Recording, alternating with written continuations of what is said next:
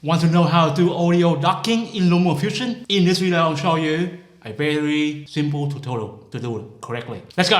Now, I'll show you an example first. Okay, so look at the timeline right here, right? The music is the background music. And then I have my main track. This one right here, main track.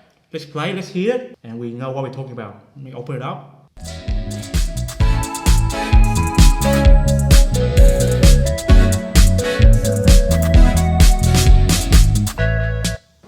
Is it spectacular or what?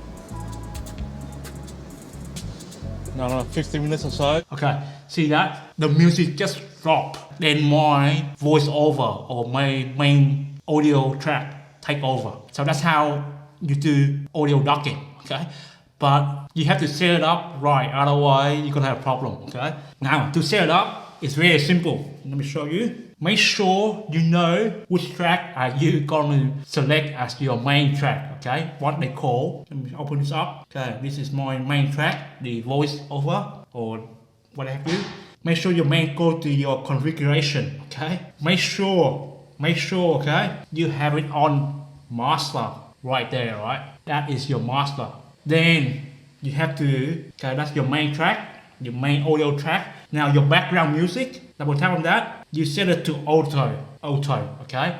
Then by default, that should work straight away. Now what happens if you have a silent part, okay? For example, this one right here, right? Now what happens if you have a silent part like this part right here, right? Where there's no voice. At that time, to make the audio ducking works, right? You have to remove the main track. Right now, the main track is still there. Now, there's no, the music still play, but it's not the prominent audio source, put that way. Now, to make it work, you have to toss this away. Okay, let me play this example, as you know. Okay, so right now. Let's go to the ocean.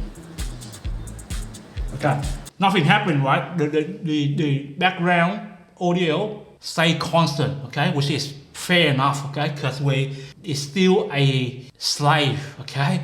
It's still a secondary audio, okay? It's not the master. Now, to make the audio ducking come back in, right, you have to toss this away. Let me toss this away, boom, okay? Now it's away, okay? Now we replay that again, see how it goes. Okay, let's play. Go to the ocean.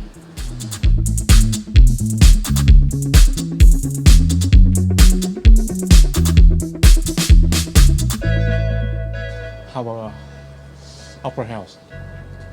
Hi, this is TimelapseNuts. Okay, okay, do you hear that? Now, I didn't do any setting at all, right? I didn't do any keyframing.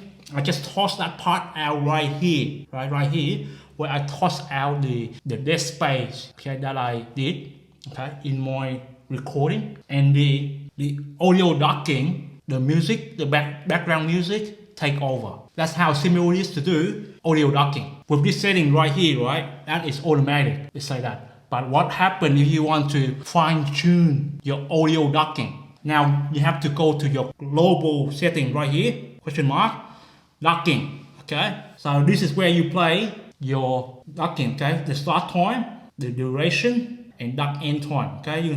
The duck volume as well. So you want to lower the music down to wherever you want, but this is the default already. So I'll leave it to the default like that. Minus 20 dB is good for me. That's the normal background music, it's good, okay, for that kind of thing.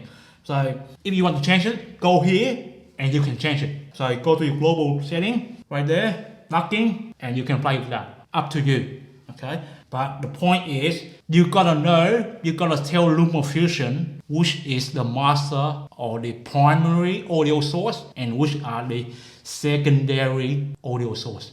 Otherwise, Lumafusion does not know what are you doing. So tell Lumafusion the main track is the audio track and the other one is automatically set. Okay, let me do that again. Go to your configuration, master.